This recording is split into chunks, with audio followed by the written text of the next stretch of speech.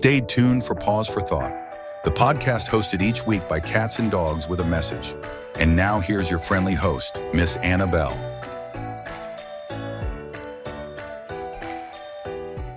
Welcome back to Pause for Thought.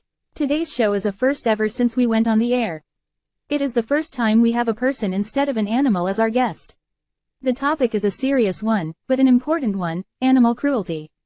Joining us is Dr. Susan Thornhill, a veterinarian with years of experience, to shed light on this troubling issue and what she sees in her practice. Welcome, Dr. Thornhill. Thank you, Annabelle. I'm glad to be here to talk about this issue, which is unfortunately more common than many realize. Let's start with your experience. What are some signs of animal cruelty that you encounter in your practice?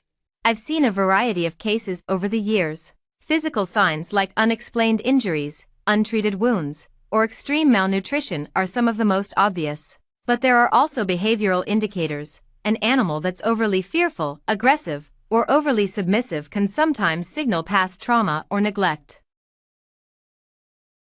That sounds heartbreaking. What do you think drives people to harm animals? There's no single cause, but it often stems from ignorance, neglect, or deeper psychological issues. For some, it's a lack of understanding about proper animal care. For others, it's tied to stress or anger that they take out on a vulnerable animal. In some cases, it's part of a cycle of violence. Research has shown a strong link between animal cruelty and other forms of abuse.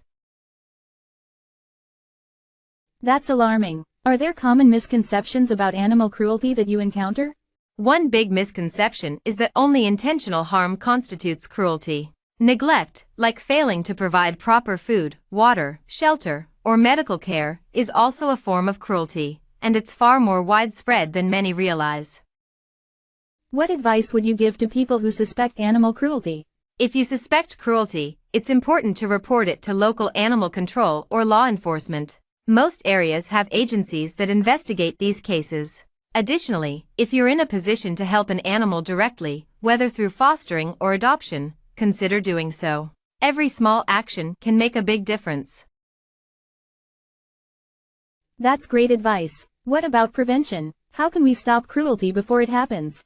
Education is key. Teaching children and adults about proper animal care and the importance of empathy can go a long way. Supporting local shelters and advocacy groups is another way to address the root causes and spread awareness. Dr. Thornhill, thank you for sharing your insights. This has been an eye-opening discussion, and I hope it inspires our listeners to take action. Thank you for having me, Annabelle. I'm always happy to speak up for animals who can't speak for themselves. And thank you to our audience for joining us for another episode of Pause for Thought. Take care of your furry friends, and we'll see you next time.